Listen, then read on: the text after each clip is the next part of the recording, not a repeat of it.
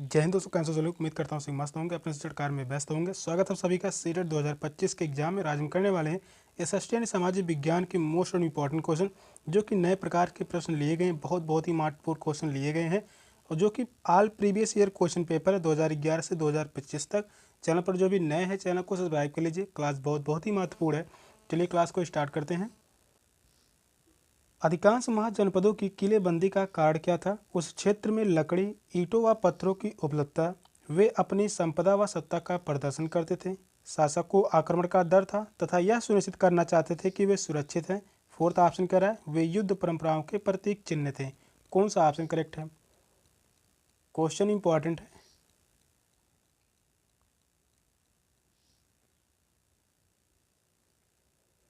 Question कह रहा है अधिकांश महाजनपदों की किलेबंदी का कारण क्या था?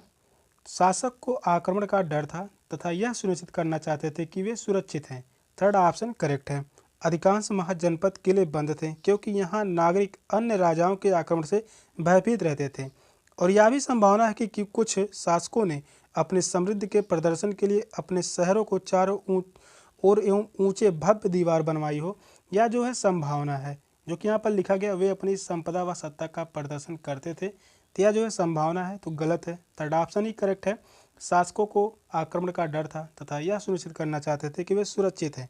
और प्राचीन भारत में 600 ईसा पूर्व से 600 ईसा पूर्व से 400 ईसा पूर्व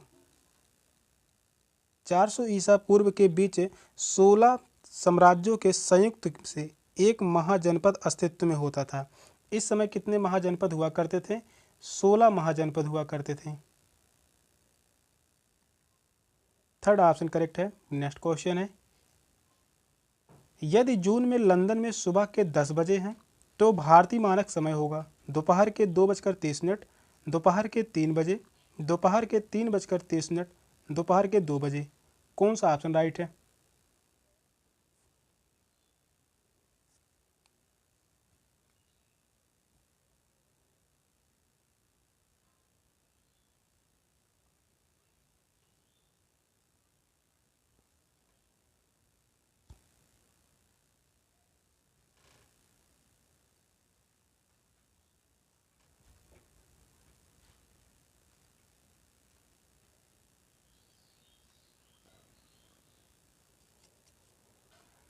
क्वेश्चन कह रहा है यदि जून में लंदन के सुबह के 10 बजे हैं तो भारतीय मानक समय होगा। यहाँ पर जो है लंदन और भारतीय मानक समय रेखा के बीच जो है 5.5 घंटे का अंतराल होता है। 5.5 घंटे का अंतराल है और 10 बजे में हम क्या करेंगे? 5.5 घंटे जोड़ देंगे। तो यहाँ पर होगा 30 और यहाँ पर जो होगा 15 और 15 का मतलब होता है 3:30। थर्ड ऑप्शन करेक्ट है। 3:30। जब लंदन में जून के सुबह 10 बजे हो तो भारतीय मानक समय के अनुसार भारत में दोपहर के 3:30 बजेंगे और भारत की मानक देशांतर रेखा जो है 82.5 भारत की मानक देशांतर रेखा क्या है? 82.5 82.5 देशांतर है जो इलाहाबाद से गुजरती है और जीएमटी और 82.5 ईस्ट देशांतर के बीच समय अंतराल जो है वह 5.5 घंटे का है। थर्ड ऑप्शन करेक्ट है। नेक्स्ट क्वेश्चन है, निम्नलिखित आरेख में कौन सा तीर दक्षिण पूर्व दिशा को दर्शाता है? डी है, बी है, एफ है या एच है? कौन सा ऑप्शन करेक्ट है?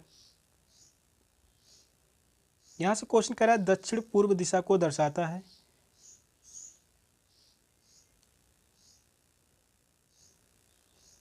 तो यहाँ से होगा यह है उत्तर दिशा, यह जो है दक्षिण दिशा, यह है पूर्व दिशा और यह पश्चिम दिशा। क्वेश्चन कह रहा है दक्षिण पूर्व दिशा। दक्षिण पूर्व दिशा जो है यह होगा दक्षिण पूर्व दिशा, जो कि यह दर्शा रहा है डी। डी किस ऑप्शन में है? तो वह है ऑप्शन ए में। फर्स्ट ऑप्शन करेक्ट है, ऑप्शन ए। नेक्स्ट क्वेश्चन है, एक मानचित्र में ऐसे पैमाने का प्रयोग करता है जिसमें 1 सेंटीमीटर धरती पर 20 मीटर के बराबर है। यदि मानचित्र पर दो स्थान के बीच की दूरी 5 सेंटीमीटर है तो उनके बीच की वास्तविक दूरी कितनी होगी? 20 मीटर, 150 मीटर, 200 मीटर या 100 मीटर? कौन सा ऑप्शन करेक्ट है? इस प्रकार से क्वेश्चन 2 से 3 क्वेश्चन पूछे जाते हैं सेट के एग्जाम में। क्वेश्चन बहुत ही महत्वपूर्ण है।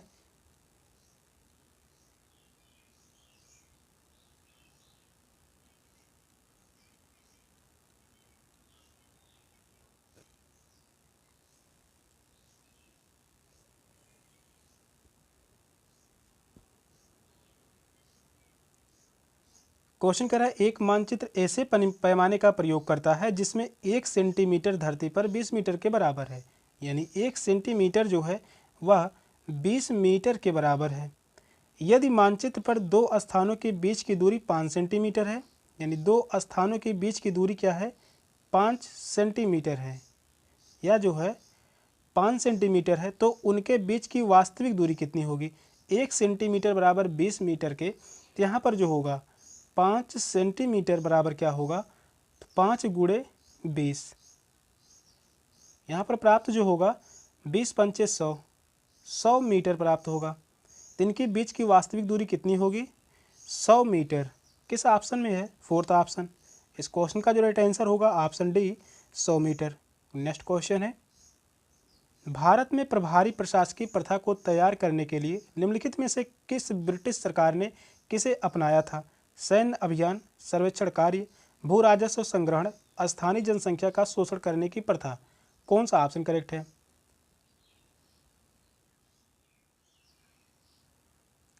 जितने भी क्वेश्चन करवाए जा रहे हैं सेट के एग्जाम के लिए बहुत ही महत्वपूर्ण क्वेश्चन लिए गए हैं। क्वेश्चन को ध्यानपूर्वक पढ़िए, बताइए कौन सा ऑप्शन करेक्ट है।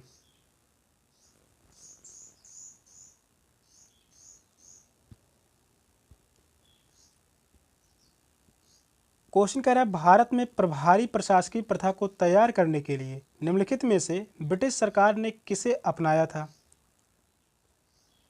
तो वह है भू राजस्व संग्रहण। थर्ड ऑप्शन करेक्ट है, भू राजस्व संग्रहण।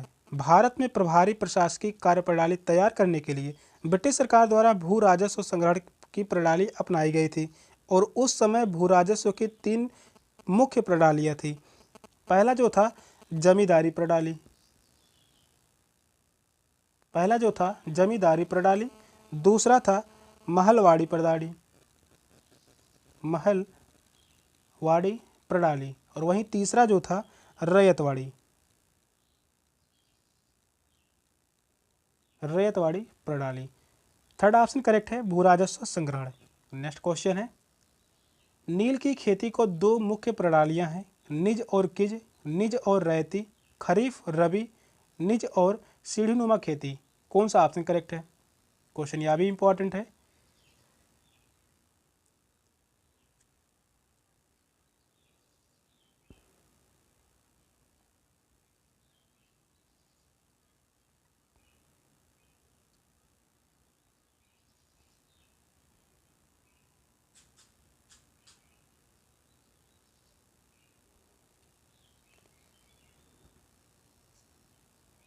नील की खेती की 2 मुख्य प्रणालियां थीं, वह है निज और रैयती।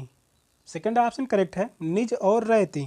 नील की खेती के लिए मुख्य रूप से 2 प्रणालियां निज और रैयती प्रणालियां कार्य कर रही थीं। निज जो है वह कृषि में कृषक भूमि पर नील की खेती करते थे, वे या तो जमीन खरीदते थे या किराए पर लेते थे।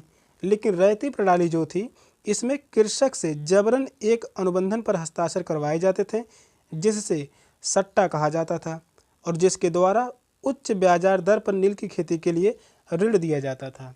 यहाँ पर रैयती प्रणाली जो था, यहाँ पर जबरन खेती करवाई जाती थी, और यह जो निज प्रणाली थी ये अपनी इच्छानुसार थी, या तो खुद जमीन खरीद कर खेती करते थे या किराए पर लेकर। सेकंड ऑप्शन करेक्ट है। नेक्स्ट क्वेश्चन है, ब्रिटिश राज के अधीन स्थानांतरित कृषकों को कौन सी समस्याओं का सामना करना पड़ता था। शोषण, कृषि उत्पादन में कमी, उनकी गतिविधि प्रतिबंधित हो गई थी, या बेरोजगारी। कौन सा ऑप्शन राइट है।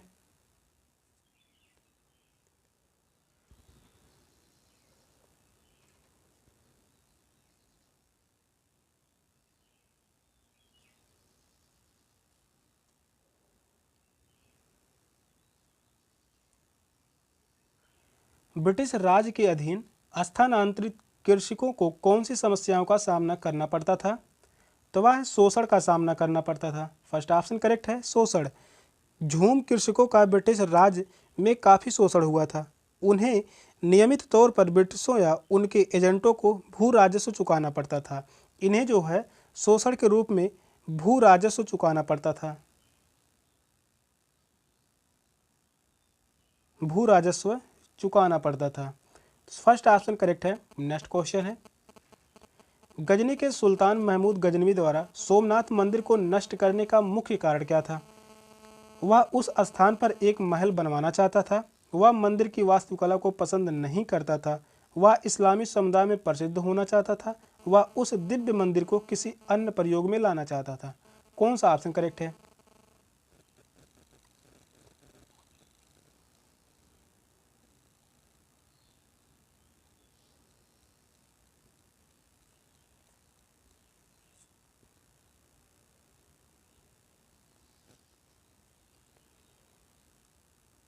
यहाँ पर थर्ड ऑप्शन ही करेक्ट होगा, वह इस्लामी समुदाय में प्रसिद्ध होना चाहता था। थर्ड ऑप्शन करेक्ट है। गजनी के सुल्तान महमूद गजनवी द्वारा सोमनाथ मंदिर को नष्ट करने का मुख्य कारण यही था कि वह इस्लामी समुदाय में प्रसिद्ध होना चाहता था। सोमनाथ के मंदिर के नष्ट होने का मुख्य कारण महमूद गजनवी का बार बार उस पर आक्रमण करना था और गजनी अपने आप को इस्लाम के नायक के रूप में प्रतिष्ठित करना चाहता था और अधिकांश शासक पराजित शासकों के उपासना स्थल को आक्रमण एवं लूटकर अपनी राजनीतिक शक्ति एवं सैन्य सफलता का प्रदर्शन करते थे। थर्ड ऑप्शन ही करेक्ट है। नेक्स्ट क्वेश्चन है, मध्य युग के दौरान भारत में मंदिरों को किसके केंद्र के रूप में जाना जाता था? वास्तुकला, सांस्कृतिक गतिविधियां, विदेशी व्यापार की बड़े पैमाने पर, सूफी आंदोलन। कौन सा ऑप्शन राइट है?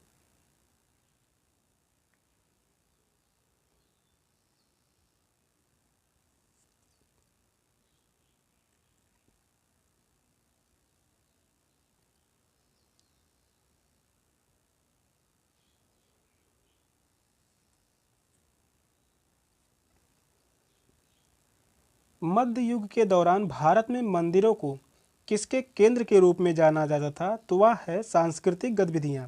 सेकेंड ऑप्शन करेक्ट है, सांस्कृतिक गतिविधियां। भारत के मध्यकाल के दौरान मंदिर को सांस्कृतिक कार्यकलापों का केंद्र माना जाता था और वहाँ शास्त्रीय नृत्य का प्रदर्शन होता था। यह जो है सांस्कृतिक गतिविधियों में शास्त्रीय नृत्य का प्रदर्शन होता था, शास्त्रीय नृत्य का प्रदर्शन होता था। सेकेंड ऑप्शन करेक्ट है। नेक्स्ट क्वेश्चन है, बंगाल में उन व्यक्तियों अथवा समूह द्वारा मंदिरों एवं अन्य धार्मिक भवनों का निर्माण करवाया गया जो शक्तिशाली बने रहें, यह सुनिश्चित करने के लिए कि विन्हें अच्छा कार्य किया है, समाज में अद्भुत वास्तुकला का प्रदर्शन करने के लिए, आसपास के परिवेश में मूल्य संवर्धन करना चाहते थे, अपनी ताकत का प्रदर्शन, अपना सामर्थ्य, धन संपदा, ईश्वर तथा धर्म प्राणता घोषित करने तथा अनुयायी बनने के लिए। कौन सा ऑप्शन करेक्ट है? क्वेश्चन लंबा है तो क्वेश्चन को ध्यानपूर्वक पढ़िए, बताइए कौन सा ऑप्शन करेक्ट है। इंपॉर्टेंट भी यह क्वेश्चन है, 2011 में यह क्वेश्चन पूछा गया था।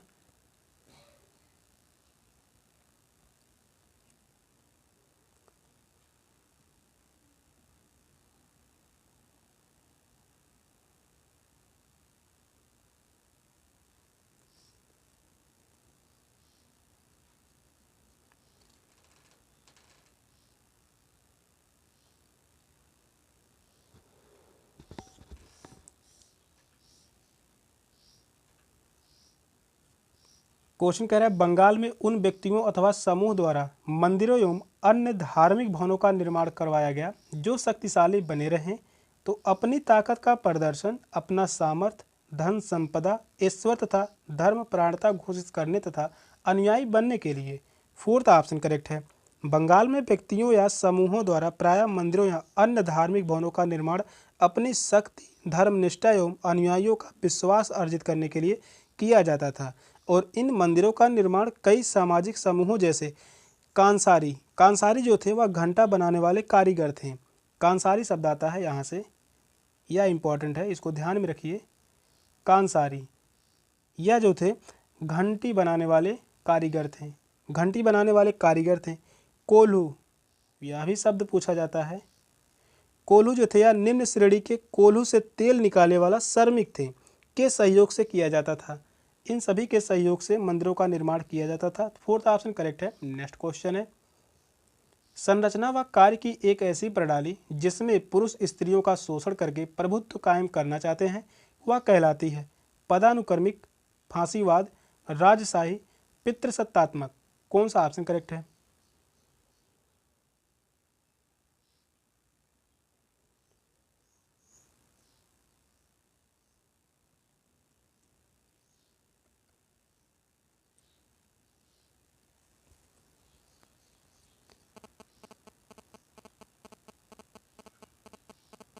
तो वह कहलाते थे पितृसत्तात्मक, यानी पिता का शासन। फोर्थ ऑप्शन करेक्ट है। व्यवस्था का ऐसा स्वरूप जिसमें पुरुष का वर्चस्व हो और महिलाओं को सताता हो तथा शोषण करता हो, वह पितृसत्तात्मक समाज या पुरुष प्रधान समाज कहलाता है। पितृसत्तात्मक प्रणाली का शाब्दिक अर्थ ही है पिता का शासन। फोर्थ ऑप्शन करेक्ट है। नेक्स्ट क्वेश्चन है, निम्नलिखित में से कौन सा कथन सामाजिक विज्ञापन का उद्देश्य करना नहीं है। यहाँ पर पूछा है, नहीं है, इसको ध्यान में रखिए। लोगों के दृष्टिकोण व व्यवहार में परिवर्तन करना, क्योंकि व्यक्ति अन्य व्यक्तियों को प्रभावित करते हैं। सामाजिक समूह व सामाजिक तंत्र को लक्ष्य बनाना है। व्यक्तिगत व्यावसायिक लाभ के लिए सामाजिक तंत्रजाल वाली साइटों पर उत्पाद का विज्ञापन देना। वहीं फोर्थ ऑप्शन कह रहा है, जनसाधारण के सदस्यों को ऐच्छिक सामाजिक गतिविधियों में व्यस्त रहने हेतु अप्रेरित करना। कौन सा ऑप्शन करेक्ट है?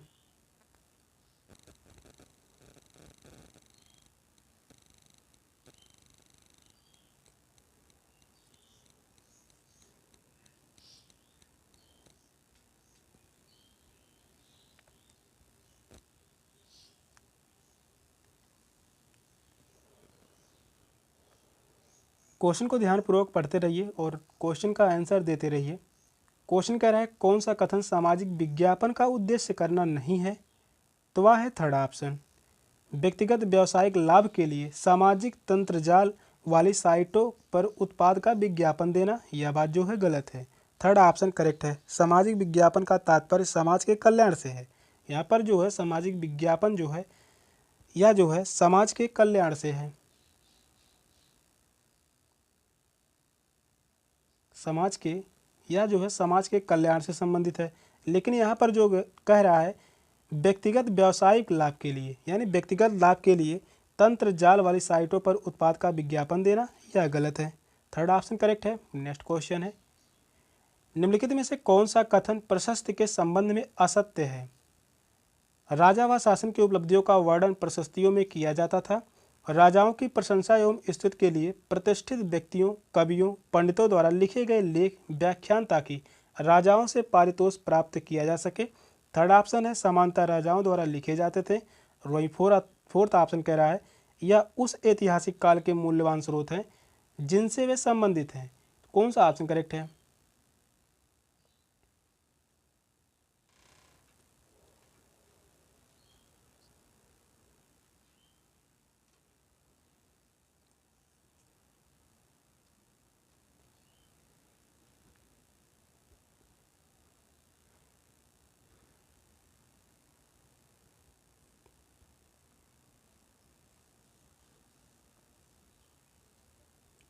क्वेश्चन जो पूछा है, कौन सा कथन प्रशस्ति के संबंध में असत्य है, यानी गलत है। तो वह सामान्यतः राजाओं द्वारा लिखे जाते थे। यह बात एकदम गलत है। राजाओं द्वारा प्रशस्ति नहीं लिखे जाते थे। राजा व शासन की उपलब्धियों का वर्णन प्रशस्तियों में किया जाता था, यह बात सही है। और राजाओं की प्रशंसा एवं स्तुति के लिए प्रतिष्ठित व्यक्तियों, कवियों, पंडितों द्वारा लिखे गए लेख, व्याख्यान ताकि राजाओं से पारितोष प्राप्त किया जा सके, यह भी कथन सही होगा। फोर्थ ऑप्शन कह रहा है, यह उस ऐतिहासिक काल के मूल्यवान स्रोत हैं जिनसे वे संबंधित हैं, तो यह भी सही है। थर्ड ऑप्शन गलत है। विद्वानों द्वारा राजाओं की प्रशंसा में प्रशस्ति लिखे जाते थे और इन्हें कभी भी राजाओं द्वारा नहीं लिखा जाता था। यह जो है कभी भी राजाओं द्वारा नहीं लिखा गया। नेक्स्ट क्वेश्चन है, पीएचसी का आशय है निजी स्वास्थ्य प्राइवेट हेल्थ सेंटर, लोक स्वास्थ्य केंद्र पब्लिक हेल्थ सेंटर, लोक स्वास्थ्य कोर्ट पब्लिक हेल्थ कोर्ट, लोक स्वास्थ्य कारपोरेशन पब्लिक हेल्थ कारपोरेशन। कौन सा ऑप्शन करेक्ट है? फुल फॉर्म भी पूछा जाता है, 1 से 2 क्वेश्चन इंपॉर्टेंट है।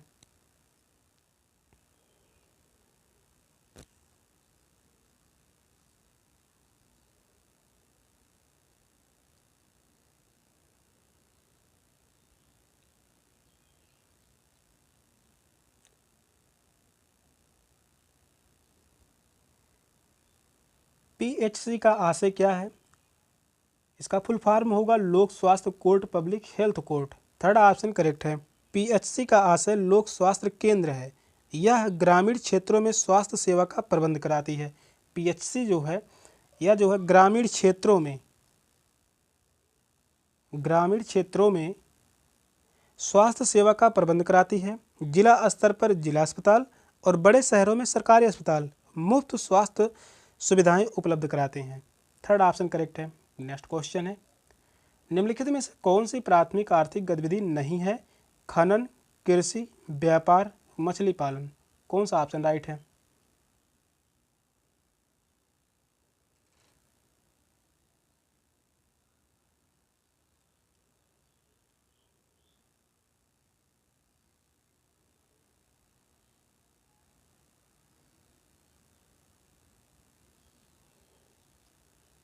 निम्नलिखित में से कौन सी प्राथमिक आर्थिक गतिविधि नहीं है?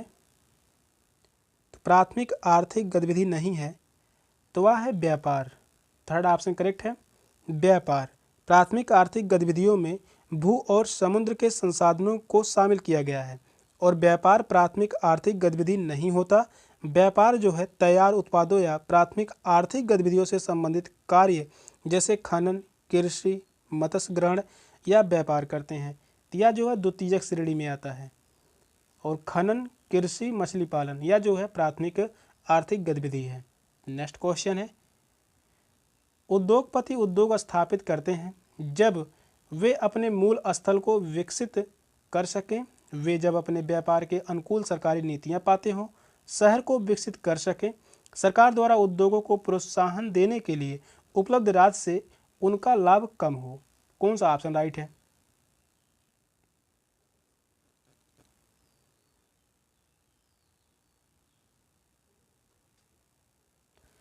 क्वेश्चन बहुत ही महत्वपूर्ण है।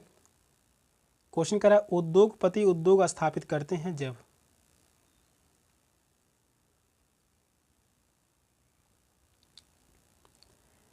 वे अपने व्यापार के अनुकूल सरकारी नीतियां पाते हों।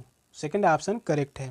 उद्योगपति तभी उद्योग स्थापित करते हैं जब उन्हें सरकारी नीतियां अपने उद्योग के अनुकूल लगती है और सरकार द्वारा कई प्रोत्साहन या कम दर पर दर्ज ऊर्जा की आपूर्ति, कम परिवहन लागत, आधारभूत संरचना उपलब्ध कराती है, तभी उद्योग स्थापित करते हैं। सेकंड ऑप्शन करेक्ट है। नेक्स्ट क्वेश्चन है, निम्नलिखित में से कौन सा कथन बाजार शब्द का परिचय देता है? एक ऐसा स्थानीय क्षेत्र जो उद्योग की स्थापना के लिए स्थितियों को अनुकूल बनाता है, उद्योगपतियों द्वारा निर्मित माल को बेचा जाने वाला स्थान और उद्योग द्वारा उत्पादित विशेष प्रकार की वस्तुओं का संभावित व्यापार और ऐसा माल जहां उत्पाद बचे जाते हैं। कौन सा ऑप्शन करेक्ट है?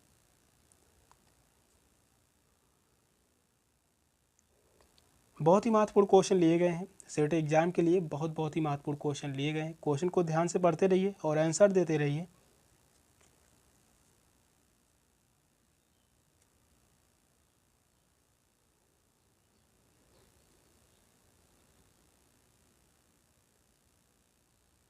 क्वेश्चन कह रहा है कौन सा कथन बाजार शब्द का परिचय देता है? तो बाजार शब्द का परिचय देता है उद्योग द्वारा उत्पादित विशेष प्रकार की वस्तुओं का संभावित व्यापार। थर्ड ऑप्शन करेक्ट है। बाजार शब्द का अर्थ है उद्योग द्वारा उत्पादित माल के लिए एक विशेष प्रकार का संभावित व्यापारिक केंद्र और एक बाजार का भौगोलिक क्षेत्र भिन्न भिन्न हो सकता है। उदाहरण के लिए स्थानीय बाजार में अस्थायी संपत्ति तथा खाद्य सामग्री एक ही भवन में होना। थर्ड ऑप्शन करेक्ट है। नेक्स्ट क्वेश्चन है, चार अलग अलग शिक्षिकाओं के द्वारा औद्योगिकरण विषय पढ़ाने के लिए निम्नलिखित उपागमों में से कौन सा शैक्षिक उपागम सबसे उचित है? पहला ऑप्शन है, एक शिक्षिका यह विश्वास करती है कि उसे औद्योगिकरण की पूरी प्रक्रिया को विस्तार से समझाना चाहिए और कक्षा में प्रचुर मात्रा में सामान लगाना चाहिए।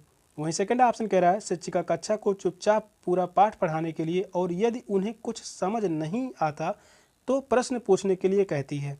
शिक्षिका पाठ्य पुस्तक की समयातीत महत्व में विश्वास करती है और यह प्रत्येक शब्द की व्याख्या करते हुए तथा विद्यार्थियों से बोध प्रश्न पूछते हुए पढ़ाती है।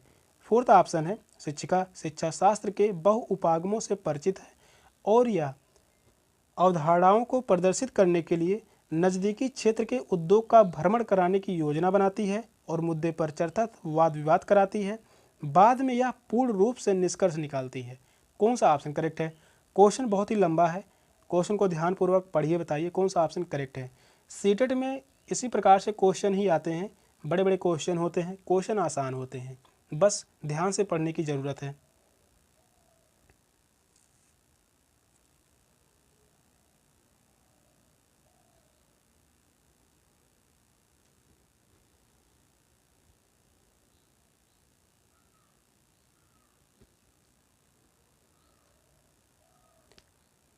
यहाँ पर 4 शिक्षक हैं।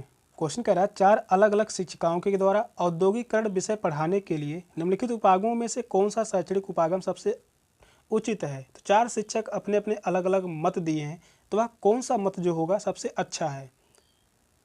तो यहाँ पर फोर्थ ऑप्शन में जो कह रहा है शिक्षिका शिक्षा शास्त्र के बहु उपागमों से परिचित है और वह अवधारणाओं को प्रदर्शित करने के लिए नज़दीकी क्षेत्र के उद्योग का भ्रमण कराने की योजना बनाती है। या जो है भ्रमण करने की योजना बनाती है, बहुत अच्छी बात है, क्योंकि बच्चे जो हैं जब भ्रमण करते हैं तो वास्तविक रूप से समझ पाते हैं और मुद्दे पर चर्चा तथा वाद विवाद कराती है। बाद में यह पूर्ण रूप से निष्कर्ष निकालती है। फोर्थ ऑप्शन करेक्ट है। नेक्स्ट क्वेश्चन है प्राचीन हस्तलिपि के संदर्भ में निम्नलिखित में से कौन सा कथन सही नहीं है। कुछ हस्तलिपियां पत्थरों एवं धातुओं के शिलालेखों पर लिखी गई थी, प्रायः ताड़पत्रियों पर लिखी हुई थी। वे जिन काल में प्रदर्शित करती हैं उस काल का मुख्य स्रोत है। पहले हस्तलिखित थी, उन्हें मुद्रित बाद में किया गया था। कौन सा ऑप्शन करेक्ट है।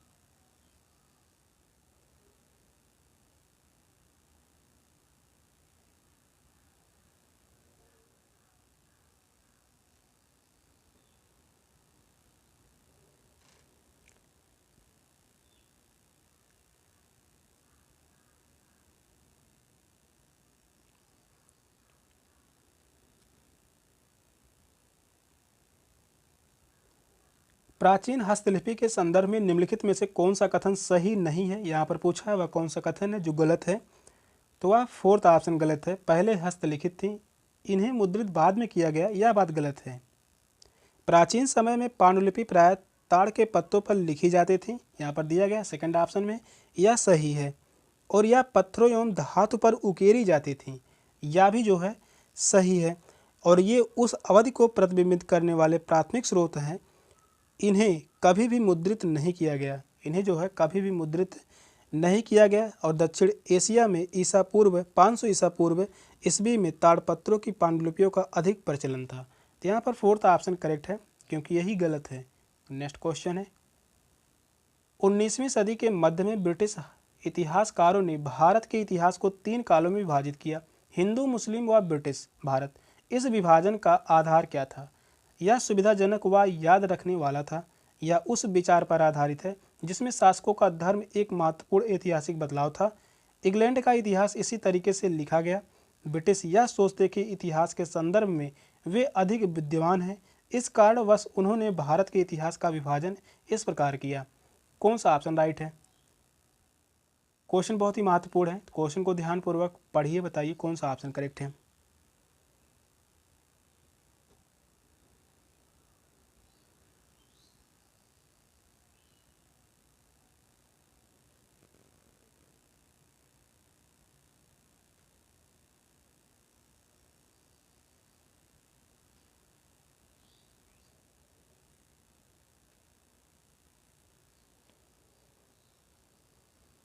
क्वेश्चन यहाँ पर कह रहा है 19वीं सदी के मध्य में ब्रिटिश इतिहासकारों ने भारत के इतिहास को 3 कालों में विभाजित किया, हिंदू, मुस्लिम, ब्रिटिश भारत। इस विभाजन का आधार क्या था। इस विभाजन का आधार था या उस विचार पर आधारित है जिससे शासकों का धर्म एक महत्वपूर्ण ऐतिहासिक बदलाव था। सेकंड ऑप्शन करेक्ट है। 19वीं सदी के मध्यकाल में भारतीय इतिहास को विविध धर्म के राजाओं के राज करने की अवधि के आधार पर विभाजित किया गया और एक स्कॉटिश इतिहासकार जेम्स मिल ने भारतीय इतिहास के 3 खंडों में हिंदू, मुस्लिम तथा ब्रिटिश राज में विभाजन किया था। किसने किया था। वह इतिहासकार था जेम्स मिल। जो 3 खंडों में विभाजित किया वह था जेम्स मिल। सेकंड ऑप्शन करेक्ट है। सेशन का लास्ट क्वेश्चन था। क्वेश्चन कैसे लगे कमेंट में जरूर बताइएगा। चैनल पर नए हैं, चैनल को सब्सक्राइब कर लीजिए। मिलते फिर नेक्स्ट क्लास में, तब तक के लिए बाय बाय, टेक केयर, जय हिंद।